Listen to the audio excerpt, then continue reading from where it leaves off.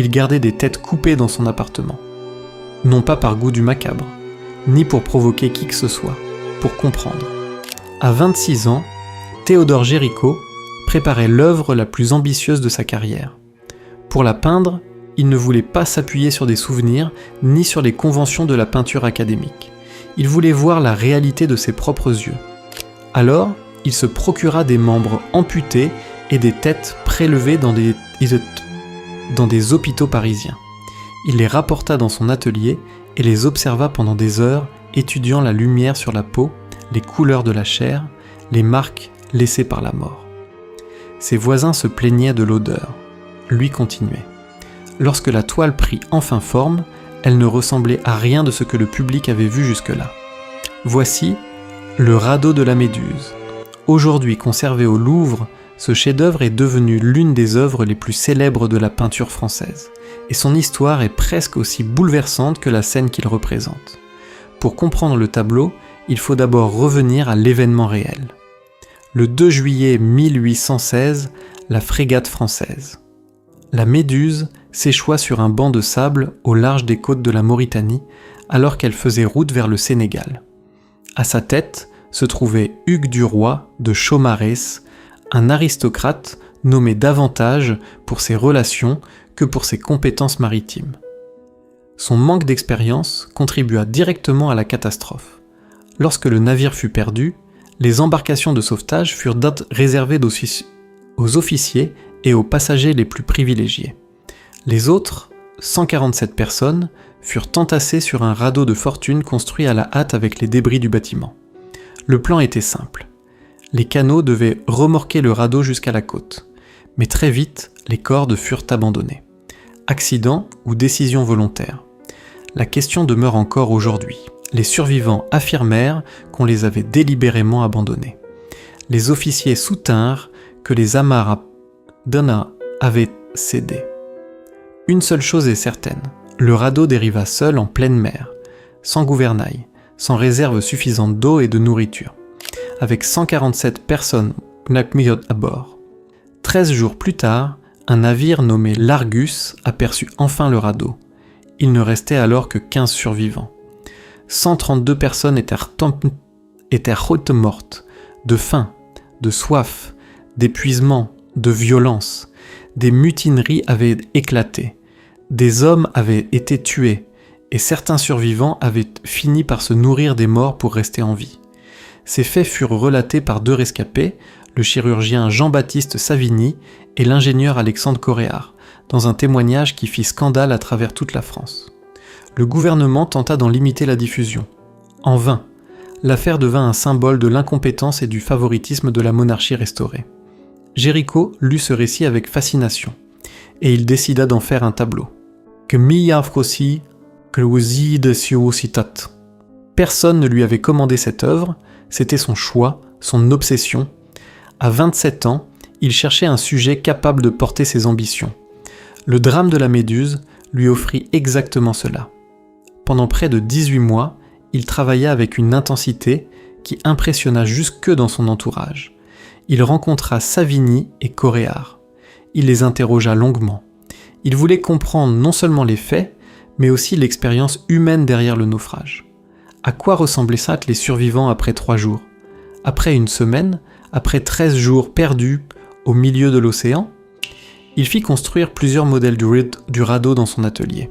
Il étudia sa structure, ses proportions et la manière dont les corps avaient pu s'y entasser. Puis il se rendit dans des hôpitaux et dans des morgues. Il observa les malades, les mourants, les cadavres. Il étudia les effets du temps sur la chair humaine. Il dessina des membres amputés sous différentes lumières afin de reproduire avec exactitude la couleur, le poids et la texture des corps.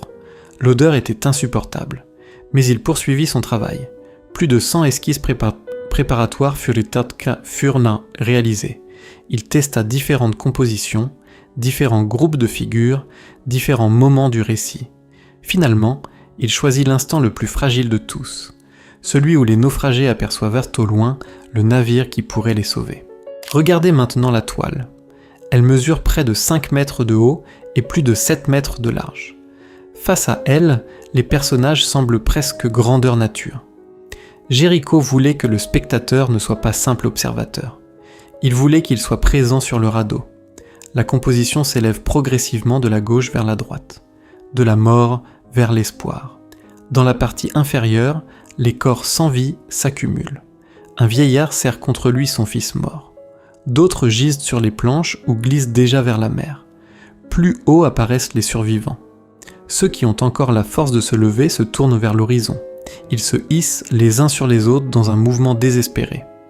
Tous regardent dans la même direction. Au loin, très loin, une voile, l'Argus, leur unique chance de survie. Mais cette voile est minuscule, presque perdue dans l'immensité du ciel et de la mer. À cet instant précis, personne ne sait encore si le navire les a remarqués. Les hommes agitent un morceau de tissu.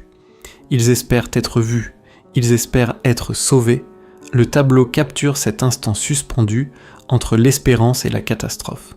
Le sauvetage n'est pas montré, la réponse n'est pas donnée. Et c'est précisément cette incertitude qui donne à la scène sa force bouleversante. Lorsque Géricault présenta l'œuvre au salon de 1819, il choisit un titre prudent, Scène de naufrage.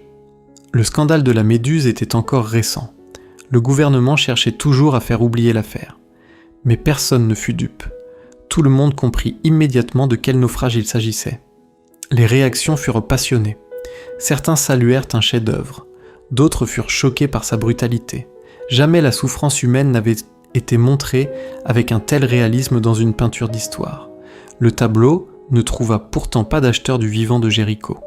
Il fut exposé à Londres, puis à Dublin, où il attira des foules considérables.